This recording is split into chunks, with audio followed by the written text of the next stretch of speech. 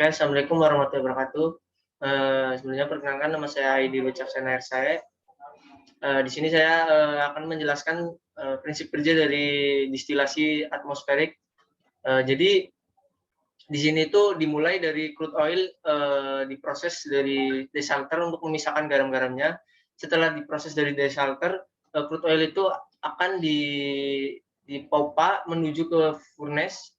Tapi sebelum menuju ke furnace itu akan dipanaskan terlebih dahulu di heat exchanger sampai suhunya itu mencapai 270 derajat Fahrenheit.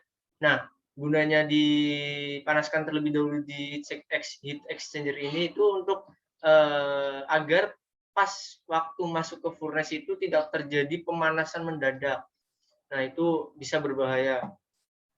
Nah, kemudian dari heat exchanger, crude oil itu akan masuk kepada furnace untuk dipanaskan sampai temperaturnya itu temperatur yang diinginkan. Biasanya itu kurang lebih 350 derajat Celcius. Kemudian setelah dari furnace itu akan masuk ke menara fraksinasi. Di furnace, fraksi-fraksi gas, bensin, kerosin, dan juga solar itu akan menguap. Tetapi fraksi-fraksi ini itu belum mengalami pemisahan. Kemudian crude oil masuk ke dalam kolom fraksinasi, ke dalam flash zone, yaitu daerah penguapan. Di sini terjadi pemisahan antara fraksi uap dan juga fraksi cair. Uap yang terdiri dari gas, bensin, dan kerosin, dan juga solar di flash zone itu akan naik ke menara fraksinasi.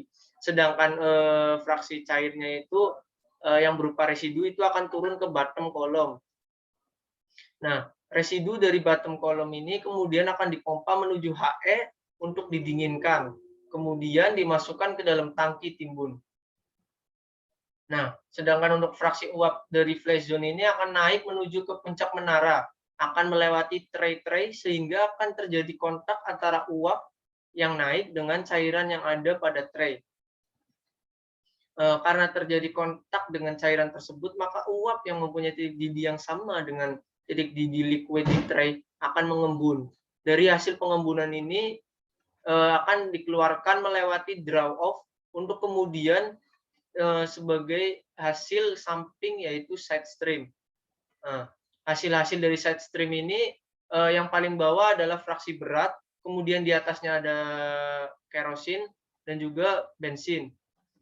Dan produk yang paling atas adalah bensin dan gas yang biasanya disebut dengan top produk. Produk samping yaitu side stream ini kemudian dimasukkan ke dalam stripper untuk dipisahkan fraksi-fraksi ringannya yang masih terikut pada produk tersebut dengan dibantu oleh steam stripping. Kemudian dari stripper ini dimasukkan ke dalam cooler untuk didinginkan. Baru kemudian dimasukkan ke dalam tangki timbun. Produk paling atas yaitu top produk kemudian dimasukkan ke dalam kondensor untuk diembunkan, kemudian ditampung di akumulator. Nah, di akumulator ini akan terpisah antara gas yang tidak dapat mencair, naik ke akumulator, kemudian dapat diproses lebih lanjut di LPG plant. Nah, sedangkan cairan yang tertampung di akumulator, kemudian sebagian ditampung ke tangki timbun. Sebagian juga ada yang digunakan untuk reflux. Reflux sendiri ini dimaksud untuk mengatur suhu cairan tray di top kolom agar terjaga tetap sesuai dengan yang dikehendaki.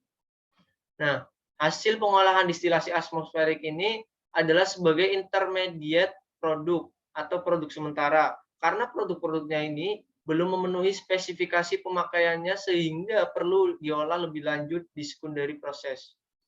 Nah, segitu saja penjelasan dari aliran distilasi atmosferik dari saya.